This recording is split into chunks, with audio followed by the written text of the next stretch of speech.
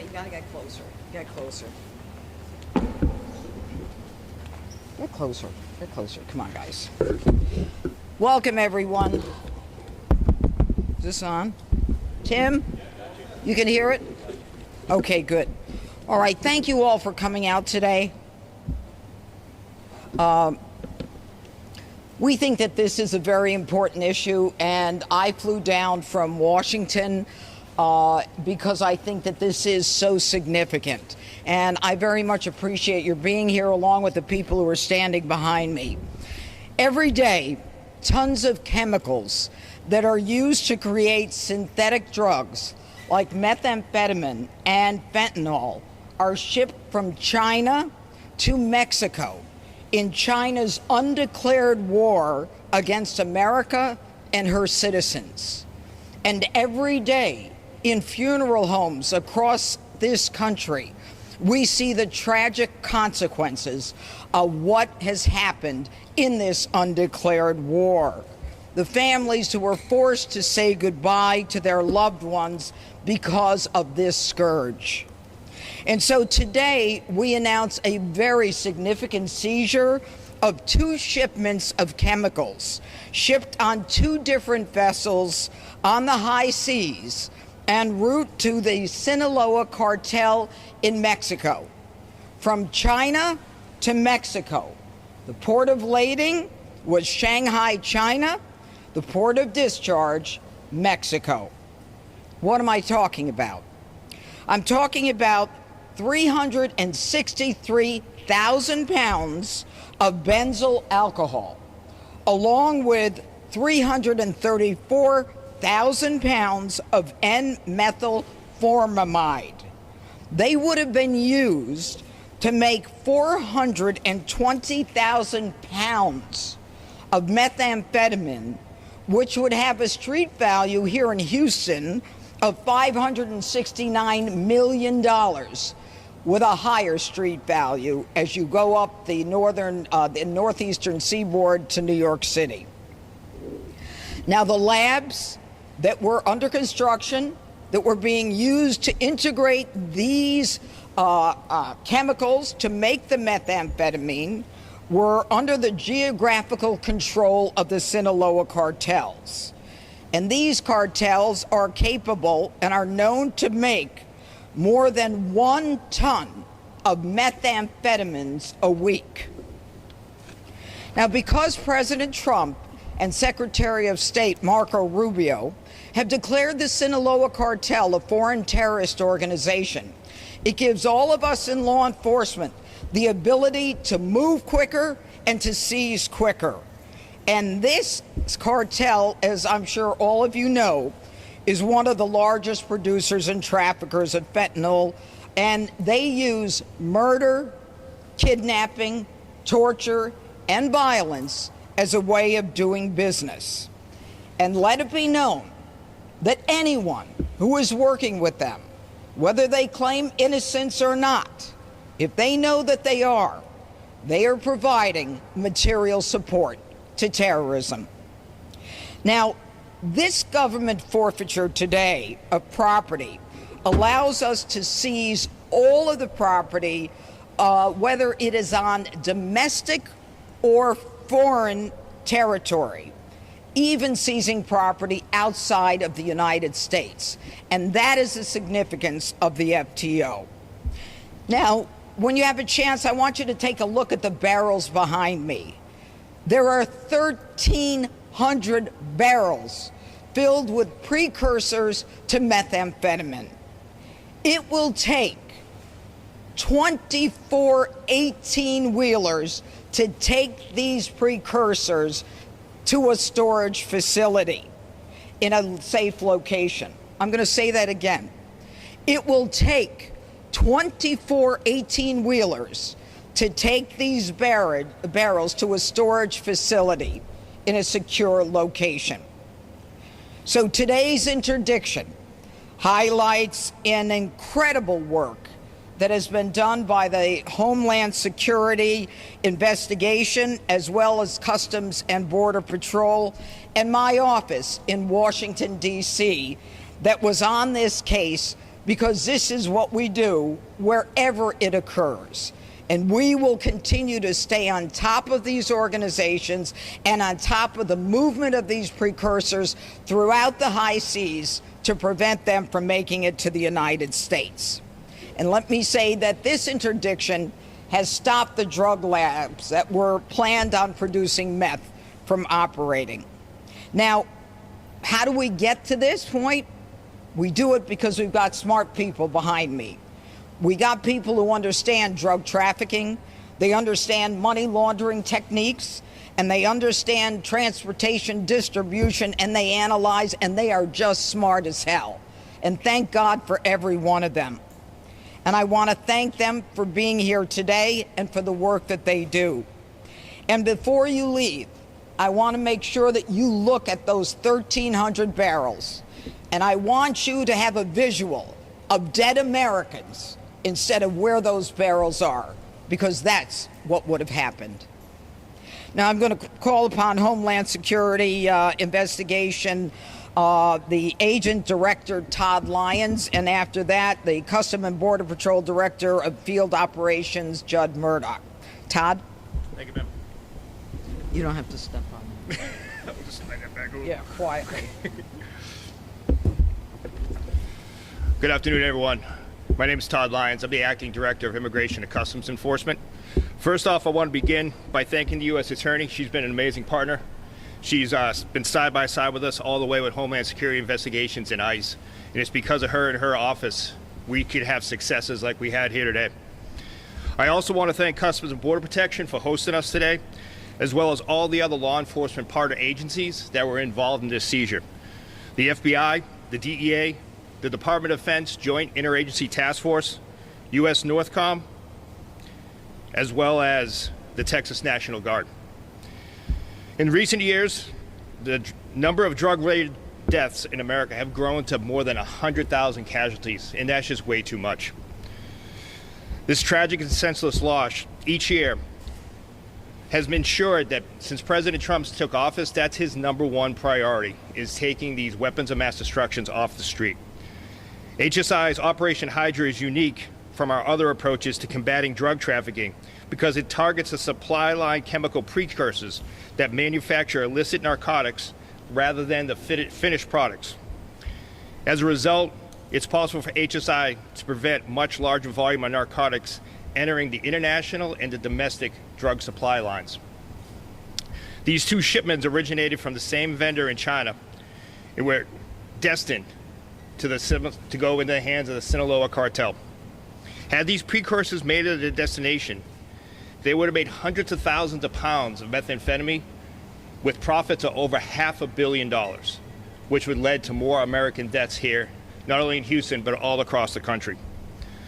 Under this operation, HSI used sophisticated analytical tools and techniques, as well as our extensive investigative tools and our deep knowledge about cross-border trade to ensure that we identified these shipments before they got into any illicit hands. This marks the first time a seizure warrant was issued for the material support of terrorism. So let me just say that again. Under 18 U.S.C. United States Code 2339B, we were able to charge someone with material support of terrorism, and that's the Sinaloa cartel. The ability to obtain the warrant for this was only possible because President Trump's executive order designating the Department of State to designate major drug cartels as foreign terrorist organizations. After seizing these two shipments, HSI International worked closely with our foreign law enforcement partners to consolidate the shipments in Panama and divert them here to the Port of Houston. Our agents in Guatemala, Panama, and Mexico provided significant support to our Homeland Security investigation team here in Houston throughout this whole investigation. Operation Hydra continues to be a tremendous success to bolster our efforts to combat drug trafficking. Operations like this is key to our Homeland Security Task Force. The amount of partners that work together to take these illicit drugs off our street is key to making America safe again. I can't thank all of our partners enough, and I can't thank you, U.S. Attorney, for everything you've done for us to take these deadly substances off our street. Thank you. Thank you. Appreciate that. Again, good morning. My name is Judd Murdoch. I'm the Director of Field Operations for the Houston Field Office for U.S. Customs and Border Protection. I truly appreciate the work of U.S. Attorney Pirro and her team to my left, as well as our other federal partners that are here with me today. I'm honored to speak briefly on behalf of the men and women of U.S. Customs and Border Protection who are committed to protecting the American people and our nation's borders. The seaport environment here in the Houston-Galveston area presents unique challenges to the national security and border mission that we carry out every single day. Global criminal networks and designated terrorist organizations work to exploit our borders in many creative ways to move dangerous people and dangerous things here to the United States. The many barrels of precursor chemicals that are behind me are directly linked to one of the most dangerous and deadliest terrorist networks, the Sinaloa cartel. If you're unfamiliar, the Sinaloa cartel is one of the most violent and brutal terrorist organizations in the world. They have produced and distributed record amounts of drugs worldwide and are responsible for countless deaths, devastation, and destruction of communities in the United States and abroad. This seizure represents one of the largest interdictions of its kind in history and highlights the critical role of interagency collaboration and intelligence sharing in combating threats posed by drug trafficking organizations and terrorist groups. It's precisely why we bring our many unique areas of expertise together to form these law enforcement partnerships to combat the enemy. The Sinaloa cartel activities are not merely criminal, they are acts of terror that threaten the safety and security of our nation. By targeting their supply chains and disrupting their operations, we are sending a clear message. DHS will not tolerate anyone or anything that wants to harm our community. Let me be clear, this seizure is not just a victory for law enforcement, it's a victory for every family and every individual who's been impacted by the devastation of drug addiction and cartel violence. We will continue to stand vigilant, using every resource that we can throw at this problem set to protect our borders and dismantle criminal organizations and terrorist organizations. Again, thank you very much for being here today, and a special thanks again to the U.S. Attorney for being here with us as well.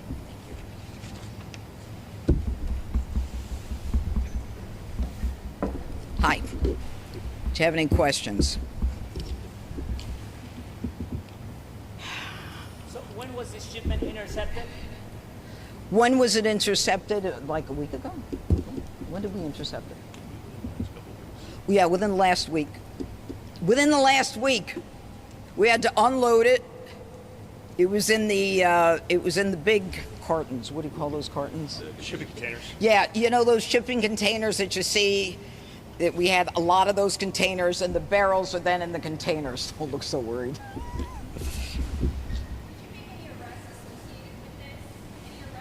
Right now, this is a seizure of the goods of a foreign terrorist organization. We are working on that part of it as we speak. We'll let you know on that. But I think the most important part of this, as you heard from both Judd as well as Todd, is this is a first in many ways. And not just in terms of the use of the statute, but in terms of the size of the seizure.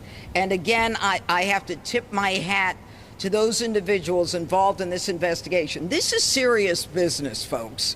This isn't about people just sitting at a desk writing a warrant. This is serious, dangerous business. And that's why I thought it was important to come down here and let you know the kind of work that's being done by people in the government that some people just take for granted. You can't. These people are heroes behind me, and all around here. They're all heroes here. So God bless them. With this seizure, is the federal government, can the federal government issue orders to detain people from the drug cartels in Mexico? Well, whether or not we're in a position to make arrests in Mexico, which is what you're asking, is not something that I'm at liberty to speak about right now. But thank you for the question. Is this like a coincidence? You keep going.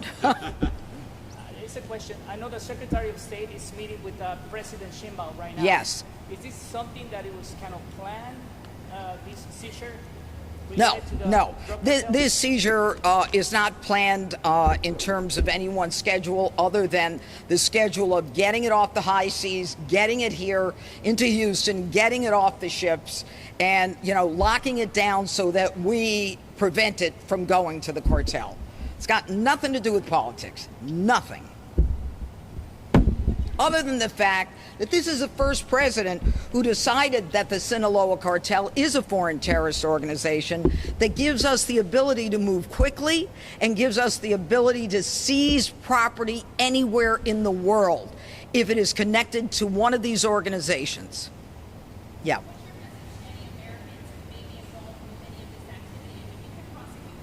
Oh, yeah. Let me be very clear. This is the hard part. Finding the Americans who are violating the law is the easy part. So don't think you're going to get away with it and make a quick few bucks and no one will know. We know. You'd be amazed at what we know. We may be following you now, waiting for you to go to the next guy. We may be watching you and not ready to take you down. So don't risk it, because you're going to jail.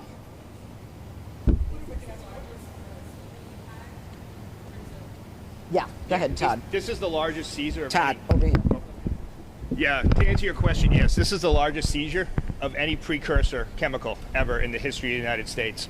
So to the U.S. Attorney's point, you know, President Trump has made sure that these criminal organizations that are now designated as foreign terrorist groups, they're giving us the ability to go ahead and track these precursors before they even get here. So I think the key to it is, not only is it the largest seizure in history of U.S. law enforcement, but this just shows that we were able to stop a threat before it actually came on to U.S. soil. And that's the key part of this, I think. Yeah, yeah.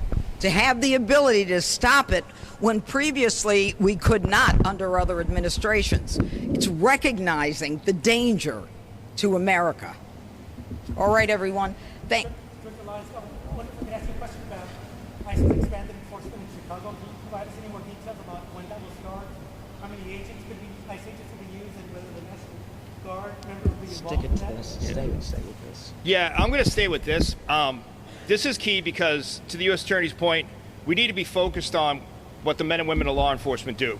So the men and women of HSI are out here serving this criminal warrant, and we're going to do this nationwide, whether it be international trafficking, human trafficking, any type of criminal immigration enforcement operations. ICE and HSI will be all over every major U.S. city, so you can count on that. Where were these chemicals intercepted? How were they discovered? And what kind of dent does this put in the Sinaloa cartel?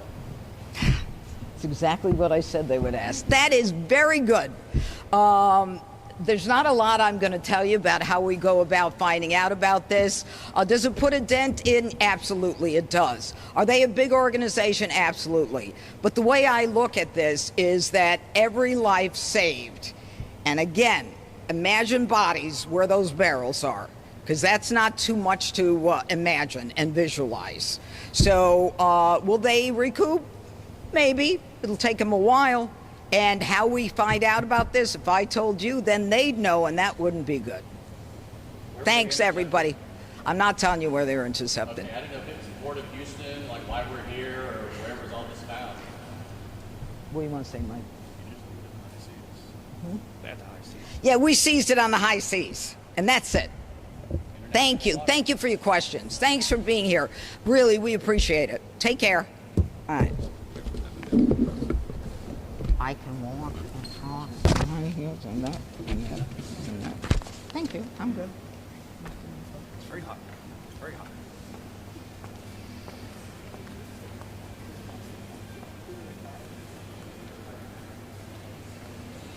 I just want to say thank you for your questions. You asked some very good questions.